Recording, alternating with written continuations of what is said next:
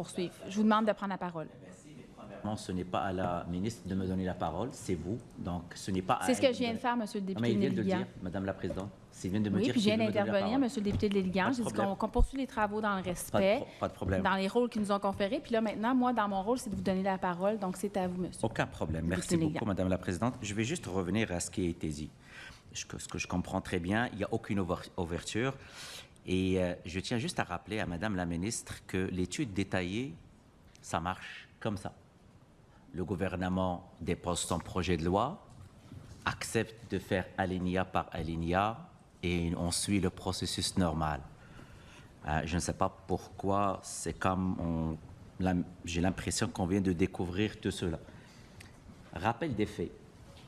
34 heures d'études, suspension 4 heures, et je n'ai même pas calculé le nombre d'heures où on a commencé en retard. Comme aujourd'hui, je vous ai demandé si on va commencer, ça a été à peu près 14h10. Donc, je ne calcule pas le nombre de fois où on a commencé en retard. Pourquoi je le dis? C'est pour rappeler à Madame la ministre, c'est elle qui a fait la genèse du nombre d'heures que nous avons utilisées. Donc, je ne voulais pas aller là, mais je tiens quand même à répondre parce que ça a été dit au micro, le nombre d'heures. Maintenant, une fois j'ai dit ça, Madame la Présidente, il n'y a personne qui a parlé, pour les gens qui nous écoutent, il n'y a personne qui a parlé des voisins. C'est Madame la ministre qui a parlé des voisins. Et je vais vous lire l'amendement de mon collègue, de sa propre initiative. Ce n'est pas le voisin ou la voisine. On parle de mobilité infra-Québec que la ministre dit qu'il va regrouper à l'intérieur des experts. Madame la ministre parle de la capacité des contribuables à payer. Pas de problème. Venant de qui? Venant d'un gouvernement qui a perdu le contrôle des finances publiques. Un gouvernement qui a hérité 7 milliards de dollars et qui aujourd'hui fait face à une crise financière de 11 milliards. Parlant de la capacité de payer des contribuables, qui a invité les Kings de Los Angeles en payant 7 millions de dollars? Et maintenant, du moment que la ministre veut qu'on parle, le salaire de la PDG, je l'attends encore. Donc, je veux bien faire mon travail parce que c'est ça notre rôle, contrôler l'action gouvernementale. Et Madame la Présidente, je tiens juste à rappeler que le rôle de l'opposition, c'est amender les projets de loi du gouvernement. Et oui, si on n'est pas satisfait, on va amender.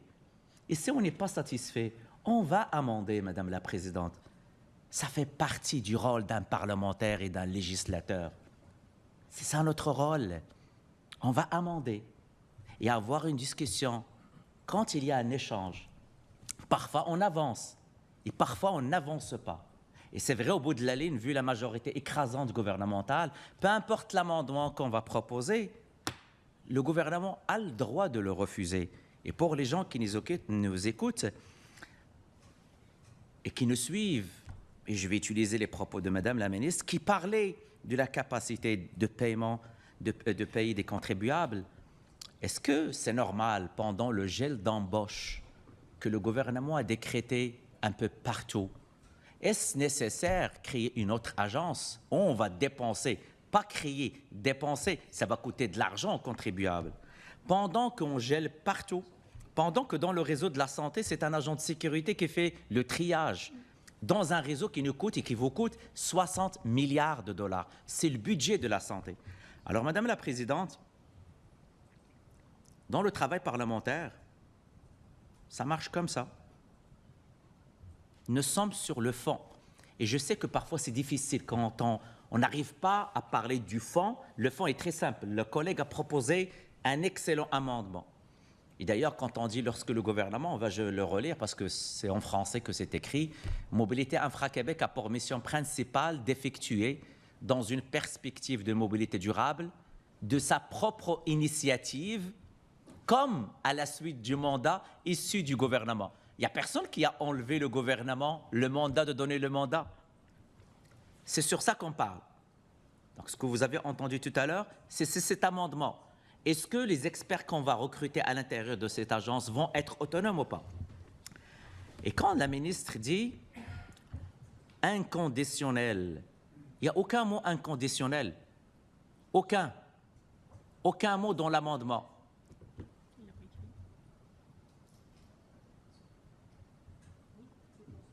Aucun mot dans l'amendement. L'amendement que j'ai devant moi ne mentionne en aucun cas un conditionnel. Donc, pour les gens qui nous suivent et ils voient un peu l'échange et la qualité d'échange qu'on a, nous avons devant nous un amendement où l'ensemble des députés sont interpellés pour voter. D'ailleurs, on va voter dans quelques minutes. De 2 minutes.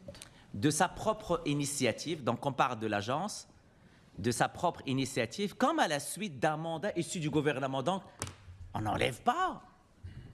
On n'enlève pas le pouvoir au gouvernement de donner le mandat. Mais nous, ce qu'on veut, et c'est là où on n'est pas d'accord avec le gouvernement, et je pense que jusqu'à maintenant, Madame la Présidente, on a le droit de ne pas être d'accord avec le gouvernement. Et je sais que c'est très difficile parce que parfois, on est dans un débat de fond. Et dans un débat de fond, la seule chose qu'on a, c'est amender les articles. Donc pour les gens qui se posent la question, pourquoi ça n'avance pas? Ça n'avance pas parce que la partie gouvernementale et Madame la Ministre veut donner le mandat à la mobilité infra, mais il ne veut pas une autonomie de l'agence. C'est là le débat de fond. Donc, nous, on est pour l'autonomie, parce qu'on recrute des experts, et les experts, on ne doit pas juste leur donner des mandats pour exécuter, mais on doit leur donner un peu la possibilité d'être autonome.